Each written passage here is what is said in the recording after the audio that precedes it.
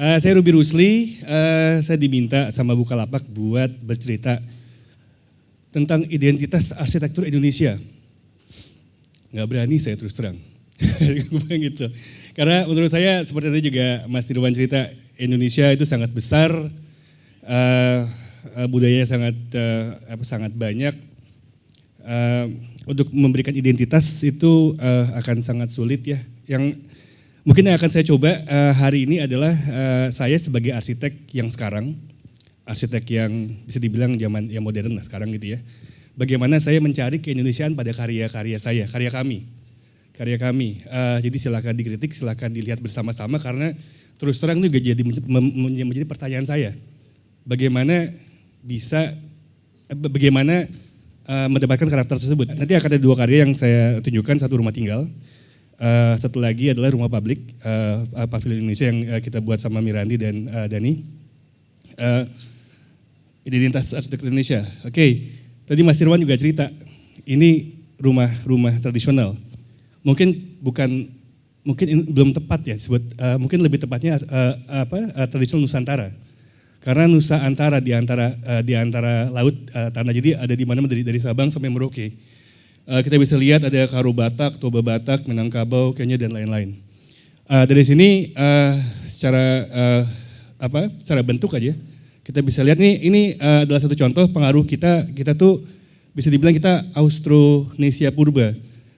Zaman dulu orang-orang itu dia berperahu, rumah pohon dan tadi kerbau.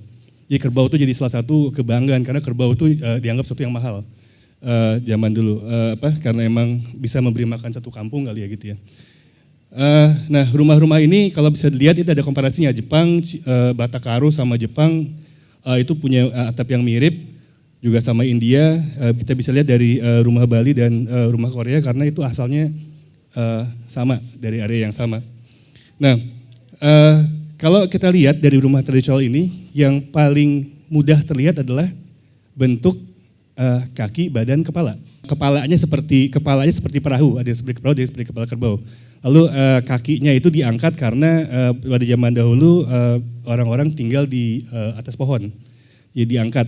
Dan badan itu untuk tempat tinggal manusia. Ini ada beberapa contoh dari beberapa area seperti Sumba. Ini juga pengaruh pada budayanya. Budaya itu kita bisa lihat kedekatan antara manusia, jadi secara vertikal dan horizontal. Ini kalau di Sumba ada bawah buat binatang, tengah buat manusia, Tuhan itu leluhur, jadi atapnya tinggi. Juga Toraja, ada kolong, badan, atap, Bugis juga terlihat sama, jadi badan, kepala, kaki. Ini rumah tongkonan, kepalanya menggambarkan kepala kerbau, juga ada transformasi dari perahu menjadi kepala, menjadi atap. Ini juga menjadi karakter di rumah-rumah tradisional, ada yang disebut biomimesis atau dalam bentuk geometrik. Jadi mencari alam di kesamaan kayak bunga, tumbuhan dan lain-lain, dan mereka buat menjadi satu ukiran. Dan breathable wall itu karena areanya rumah tropis. Bedanya antara rumah kita yang tropis ini, rumah-rumah di area sini, kita tuh sebenarnya cuma butuh atap buat berteduh. Angin kita bawa, matahari kita banyak, beda sama negara 4 musim. Negara 4 musim tuh rumah-rumahnya dia tertutup. Nah, kita sedikit lihat dari zaman kita sejarah arsitektur Indonesia atau dari mulai Nusantara. Itu zaman pra-Hindu Buddha, lalu masuk ke zaman Hindu dan Buddha. Itu bisa dilihat Hindu Buddha itu bisa kelihatan dari candi ya. Candi juga mulai terlihat yang bagian bawah mulai ada undakan, atapnya dari yang pelana itu kayak sadel kuda, itu menjadi limasan, lalu pindah ke zaman Islam. Islam juga perbedaannya dia cuma dari segi atap, mungkin atapnya berundak ya, 3 atau 2, 3 sih biasanya. Lalu masuk ke zaman kolonial, nah ini yang sangat beda nih. Jadi waktu masuk zaman kolonial, waktu Belanda masuk ke Indonesia, itu di Eropa itu zamannya lagi barok rokoko nggak salah, terus neoklasik, post renaissance gitu kira-kira. Jadi bangunan-bangunannya itu dibawa dari barat ke Indonesia, seperti itu. Kita bisa lihat itu kota tua, Fort Makassar. Lalu berkembang karena kita 300 tahun di Belanda di sini, berkembang dengan sendirinya itu tahun 1920-an, arsiteknya mulai berkembang itu Isola. Isola itu juga arsitektur modern, tapi yang kemudian mulai mencari merespon area di Indonesia. Kalau bisa dilihat Isola itu dia punya garis-garis. Garis-garis itu sebenarnya respon untuk buat bayangan. Jadi karena hujannya kuat di Indonesia, jadi kita dan panasnya harus ditahan. Jadi si garis-garis itu menahan panas. Juga itu di bawah ITB. Di ITB juga arsitek Belanda yang buat dia mulai mencoba mencari hibrid, jadi atapnya juga tradisional, tapi dengan teknologi dengan pendekatan Barat, teknologi Barat. Lalu modern kontemporer. Kalau modern kontemporer bisa dilihat tuh mungkin dimulai dari rumah jengki, lalu bangunan tinggi dan sekarang punya Paul Rudolph. Nah, rumah tinggal Jakarta ini rumah tinggal yang kita buat. Jadi dari sejarah tadi kita mau lihat bagaimana saya mungkin sebagai salah satu pelaku arsitek terpengaruh dan mencoba mencari belajar dari sejarah tersebut dan masuk ke karya yang ada sekarang. Ini rumah tinggal ini dimiliki oleh family, 2 anak, mungkin pada saat itu masih umur SMP dan SD kalau nggak salah. Rumah ini berbentuk seperti ini, ruang tamu, lalu di belakangnya itu yang bertingkat itu adalah bawahnya ruang publik dan atasnya ruang pribadi.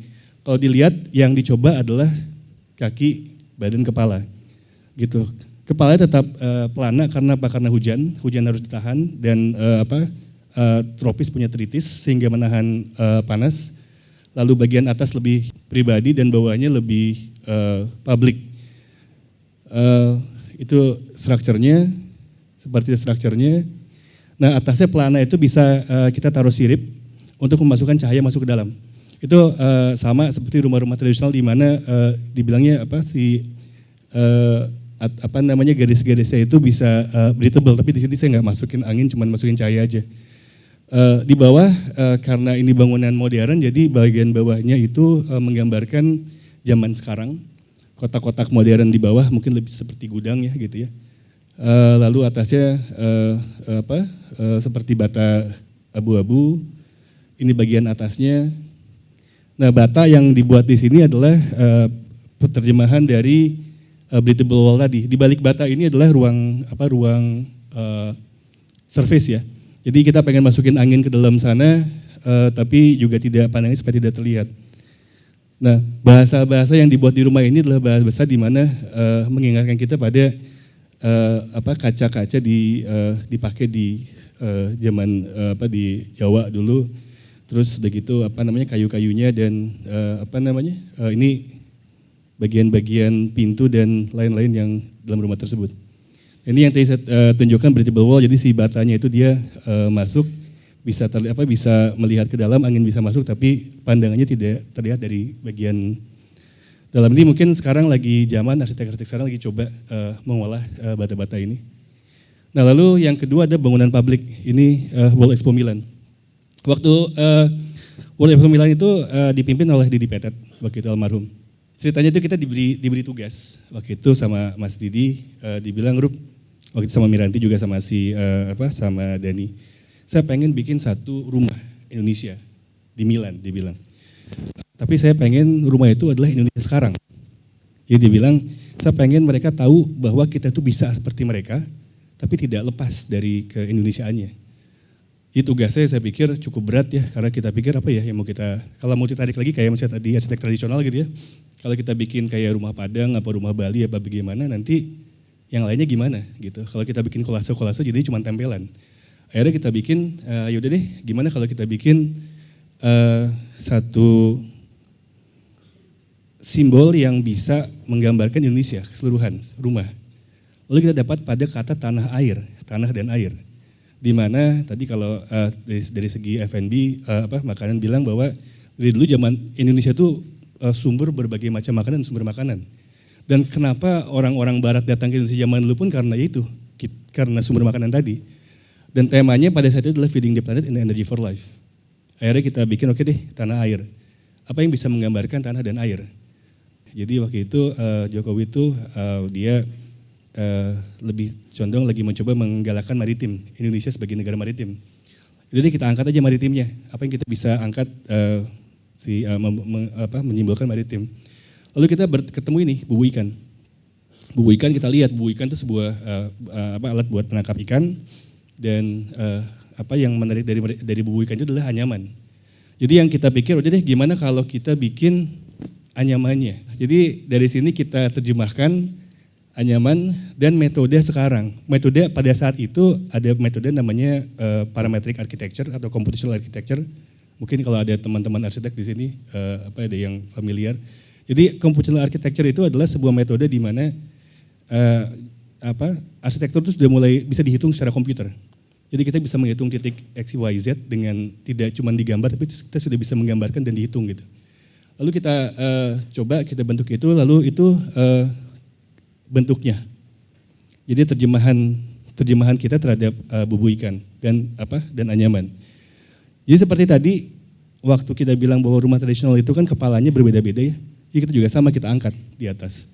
Nah ini kita bikin jadi kayak kita hitung dengan computational architecture, itu ada 63 kalau nggak salah panel, beda semua. Kita kirim dari Indonesia, dibawa kita punya partner arsitek Italia di sana. Setiap lengkungnya beda dan setiap lengkungnya harus sama dengan, ini bentukannya, setiap lengkungnya itu harus sama dengan baja dan besi yang dibikin di Italia. Gitu, jadi metode ini metode baru, tapi tetap kita mencoba membawa istilahnya kearifan lokal di Indonesia. Dianyam di Indonesia, secara dianyam betul-betul oleh tangan, dan kemudian diangkat dan dipasang di Italia. Ini gambaran-gambarannya. Nah, jadi bagaimana tadi dua tadi, itu sebuah contoh. Bagaimana kami sebagai arsitek sekarang mencoba mencari karakter Indonesia di karya-karya kami. Kalau menurut saya pribadi, karakter ini jadi sangat penting untuk mengetahui sejarah ke belakang, untuk tahu bahwa apa yang kita perbuat ke depan. Karena menurut saya identitasnya itu harus terus bergerak dan berubah. Karena kita pernah punya bangunan candi yang pernah dibilang ini bangunan paling tinggi pada saat itu. Jadi kita pernah advance di satu waktu. Lalu bagaimana di zaman ini? Di zaman 1000 tahun apa mungkin 20 tahun lagi. Bagaimana mencari identitasnya gitu. Sebelah kiri itu sebuah instalasi yang dibentuk oleh robot. Itu di Jerman. Sekarang bata udah dibentuk oleh tangan. Robot semua bisa dihitung. Jadi dibilang future-nya kapan? Future-nya sekarang. Karena kami pun sudah melakukan computational. Gak tahu kapan lagi, ini gak tahu apa lagi yang akan ke depan. Gitu. Jadi menurut saya si identitas arsitektur ini karena kalau aku lihat dari zaman dulu dilakukan karena merespon alamnya, oleh budayanya, kemampuan keteknikan, ketukangannya dan kesiapan bahannya. Jadi memang harus berkembang dan apa yang kita buat sekarang ya harus cukup bisa merepresentasikan apa yang dipelajari dari zaman lalu dan untuk ke depan. Terima kasih. Buka aja Bukalapak.